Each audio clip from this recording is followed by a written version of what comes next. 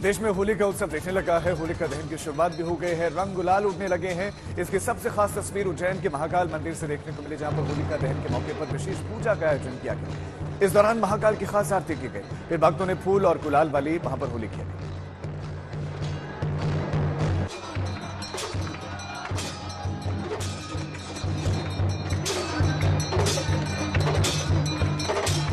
होली का पहला रंग, पहला गुलाल महाकाल के दरबार में।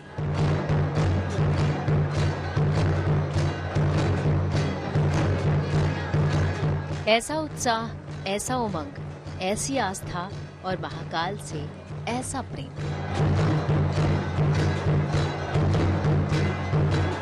महाकाल की आराधना के साथ विहंगम अंदाज में होली की शुरुआत हो गई है।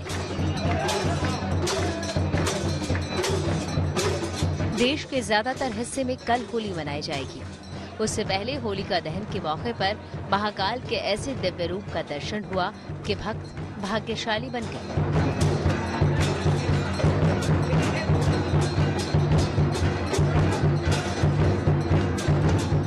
होलिका दहन से पहले महाकाल की संध्या आरती हुई। उसके बाद बाबा को गुलाल और फूल अर्पित किए गए। इस खास मौके पर बड़ी संख्या में वहां मौजूद भक्तों ने महाकाल के दर्शन किए, विशेष आरती में आशीर्वाद लिया, होली भी खेली।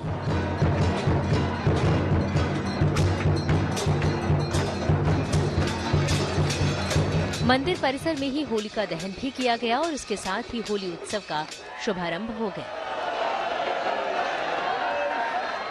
संदीप कुलश्रेष्ठ, उज्जैन, आज तक।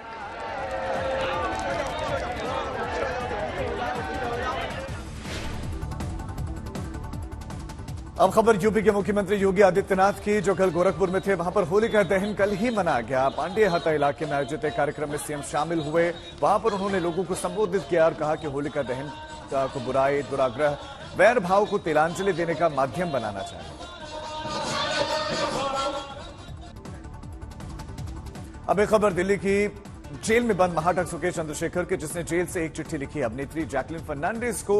उसने होली की शुभकामनाएं दी हैं और चिट्ठी में सुकेश ने जैकलिन पर प्यार भी बरसाया है। लिखा है कि मैं तुम्हारे लिए किसी भी हद तक जाऊंगा। उसने अपने प्यार का इजहार भी किया है और साथ ही लिखा है कि तुम्हें पता है कि मेरे लिए तुम्हारी क्या और कितनी अहमियत है।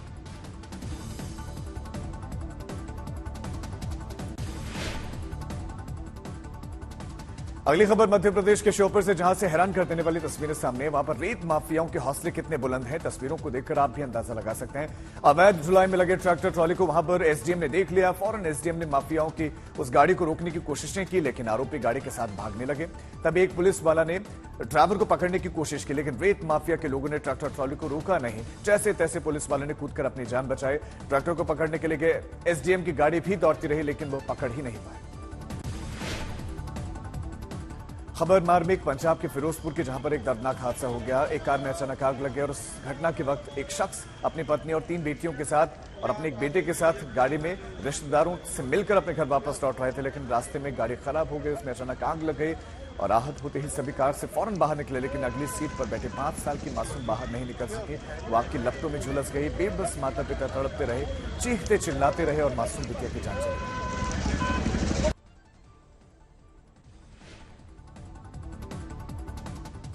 उमेश पाल मर्डर केस में यूपी सरकार ने प्रयागराज स्थित मुस्लिम हॉस्टल को सील कर दिया है और उसी हॉस्टल में आरोपी सदाकत रह रहा था।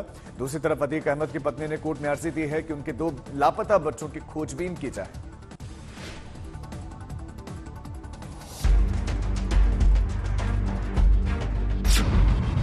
प्रयागराज का मुस्लिम हॉस्टल, कमरा नंबर 36, जहां उमेश पाल की हत्या का आरोपी सदाकत रहता था और इसी कमरे में उसकी शूटर्स के साथ मीटिंग हुई थी। यहीं साजिश रची गई थी और वारदात के बाद वो कमरा छोड़कर फरार हो गया था। सोमवार को प्रयागराज पुलिस ने बड़ी कार्रवाई की। पहले गोलीबारी में एक आरोपी विजय का पुलिस ने एनकाउंटर किया। वहीं एक टीम मुस्लिम हॉस्टल पहुंच गई। पुलिस ने वहां पूरे हॉस्टल को सीज कर दिया। उमेश पाल के जो हत्याकांड में शामिल थे, यहां पर आकर के मीटिंग की थी और उसके बाद सदाकत खान यहां से फरार हो गया था। पुलिस फरार आरोपियों को तलाश कर रही है। पुलिस ने दावा किया था कि अतीक के दोनों बेटों को 2 मार्च को बाल संरक्षण गृह में भेज दिया गया, लेकिन अतीक के घर वालों का दावा है कि वो बाल संरक्षण गृह में नहीं है। परिवार अब कोर्ट की शरण में पहुंचा है। अदालत ने भी रिपोर्ट तलब कर ली है। अतीक अहमद के परिजनों को एनकाउंटर का डर भी सता रहा है। अमिताभ यश से खतरा है कि वो पूछताछ के जो बहुचर्चित हत्याकांड हुआ है, इसमें हमारे दोनों भाइयों को जेल से बाहर निकाल के एनकाउंटर कर सकते हैं कि इसमें इनका प्लान था। उमेश पाल हत्याकांड में सिर्फ एक आरोपी गिरफ्तार है, जबकि अन्य की तलाश जारी है। पंकज श्रीवास्तव के साथ संतोष कुमार, प्रयागराज, आज तक।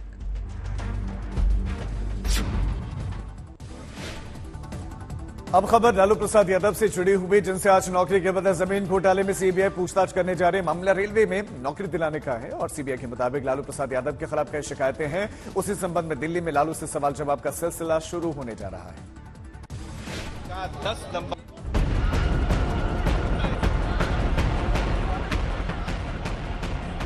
एक तरफ लालू यादव होंगे, दूसरी ओर सीबीआई के अधिकारी, और साथ में होगी सीबीआई के सवालों की लंबी लिस्ट। दिल्ली में लालू यादव से पूछताछ होने वाली है। एक दिन पहले पटना में सीबीआई की टीम ने पूर्व मुख्यमंत्री राबड़ी देवी से भी सवाल जवाब किए। उनसे करीब 4 घंटे पूछताछ चली। मामला 14 साल पुराना है और नौकरी के बदले जमीन का है। तब लालू यादव रेल मंत्री थे। आरोप है कि रेल मंत्री रहते लालू ने रेलवे में नौकरी देने के बदले उन्होंने कई लोगों की जमीन सस्ते रेट पर लिखवा ली थी। इस मामले में केस दर्ज करने से लेकर अब तक सीबीआई को लालू के खिलाफ कई शिकायतें मिली हैं। जांच एजेंसी उनकी पड़ताल कर रही है। इस घोटाले में कुल 16 आरोपी हैं। लालू यादव, राबड़ी देवी के अलावा मीसा भारती पर भी इल्जाम है। इन तीनों के नाम सीबीआई अपनी चार्जशीट में शामिल कर कोर्ट में पेश कर चुकी है।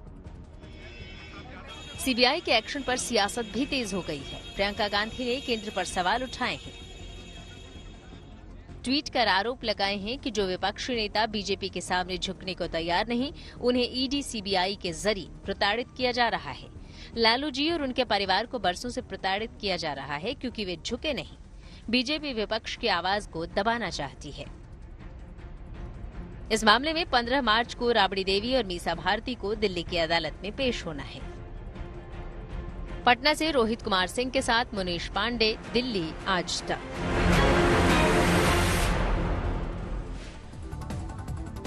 राजस्थान में चुनाव की रणनीति बनने बिगड़ने लगी और इसी कड़ी में सचिन पायलट ने एक बार फिर से अपनी ही सरकार पर सवाल उठाए और पुलवामा शहीदों की वीरांगनाओं से पुलिस की बदसलूकी को लेकर एक चिट्ठी लिखी है। पायलट ने मांग की है कि बदसलूकी करने वालों पर सख्त कार्रवाई हो। साथ ही सरकारी नौकरी देने के मामले में भी सुस्ती भरे रवैये पर भी उन्होंने सवाल उठाए।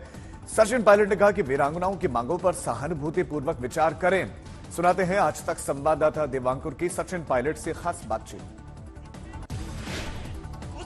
शहीदों की वीरांगनाओं के साथ जिस तरह से पुलिस ने व्यवहार किया, क्या लगता है कि सरकार की जवाबदेही होनी चाहिए थी और क्या शर्मनाक था वो व्यवहार?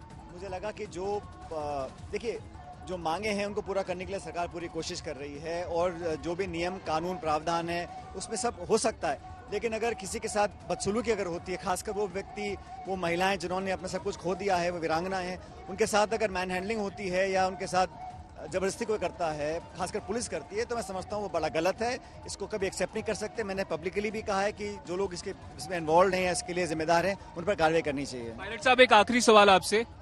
आप जब बोल रहे थे, आवाज उठ रही थी हमारा सीएम कैसा हो, सचिन पायलट जैसा हो, क्या इन लोगों की मांग पूरी होने वाली है? ऐसा है, राजनीति में वही होता है जो जनता चाहती है और जनता का जो आदेश है वो सर पे रहता है। लंदन दौरे पर राहुल गांधी ने एक बार फिर से केंद्र सरकार पर सवाल उठाए हैं। उन्होंने कहा है कि भारत में बोलने की आजादी नहीं है। उन्होंने बीजेपी पर निशाना साधा और साथ ही आरएसएस को कट्टरपंथी और फांसीवादी संगठन बताया। RSS fundamentalist fascist organization has basically captured pretty much all of India's institutions. And maybe for those who don't know, can you explain what the RSS is?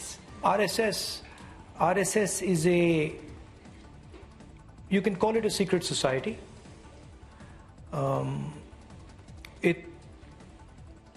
It's built along the lines of the Muslim Brotherhood, and the idea is to use the democratic contest to come to power and then subvert the democratic contest afterwards. अब अगली खबर दिल्ली से, जहां पर मनीष सिसोदिया को कल अदालत ने 20 मार्च तक न्यायिक हिरासत में भेज दिया, जिसके बाद उन्हें तिहाड़ जेल में शिफ्ट कर दिया गया। जानकारी के मुताबिक उन्हें तिहाड़ जेल के जेल नंबर 1 में रखा गया है। लेकिन दूसरी अहम खबर यह है कि मनीष सिसोदिया के खिलाफ अब ईडी भी एक्शन में है। माना जा रहा है कि एजेंसी 10 मार्च से पहले उन्हें हिरासत मिलेगी और पूछताछ करेगी। खबर पूर्वोत्तर की, अब जहां पर मेघालय और नागालैंड में नई सरकार का शपथ ग्रहण समारोह है। दोनों ही राज्यों के मुख्यमंत्रियों के शपथ के दौरान खुद प्रधानमंत्री मोदी मौजूद रहेंगे। नागालैंड में एनडीपीपी और बीजेपी का गठबंधन है, सरकार बना रहे हैं, तो वहीं मेघालय में एनपीपी सरकार बना रहे हैं, जिसे बीजेपी भी समर्थन दे रहे हैं। त्रिपुरा में कल माणिक साह मुख्यमंत्री पद की शपथ लेंगे। कल होने वाले शपथ ग्रहण में भी प्रधानमंत्री मोदी मौजूद रहेंगे। दिल्ली के उपराज्यपाल वीके सक्सेना ने दावा किया है कि 30 जून तक यमुना के सभी तटों को साफ कर दिया जाएगा। 15 दिन पहले ही सफाई अभियान की शुरुआत हुई है, इसका असर भी दिखने लगा है। अभियान के तहत किए जा रहे सफाई के काम का जायजा लेने के लिए कल एलजी खुद पहुंचे और अधिकारियों से जानकारी जुटाई। खुद नाव पर यमुना का सफर किया। उन्होंने बताया कि विश्व पर्यावरण दिवस के मौके पर यमुना के किनारे लाखों की संख्या में पौधे लगाए जाएंगे। अगली खबर उत्तराखंड के उधम सिंह नगर से, जहां पर आग से बड़ी तबाही मच गई। भीषण आग लगने की वजह से उसकी चपेट में आकर 10 से ज्यादा कच्चे मकान जलकर खाक हो गए। आग इतनी जबरदस्त है कि देखते देखते पूरा इलाका आग के गोले में तब्दील हो गया। इस अग्निकांड में 5 साल के एक मासूम की झुलस कर मौत हो गई। ठाणे में उद्धव ठाकरे और एकनाथ शिंदे गुट के समर्थकों में झड़प हो गई। बवाल शिवसेना के दफ्तर पर कब्जे को लेकर शुरू हुआ। दोनों पक्षों ने अपने अपने दावे किए और इसके साथ ही दोनों समर्थक आपस में भिड़ गए, आमने सामने आ गए।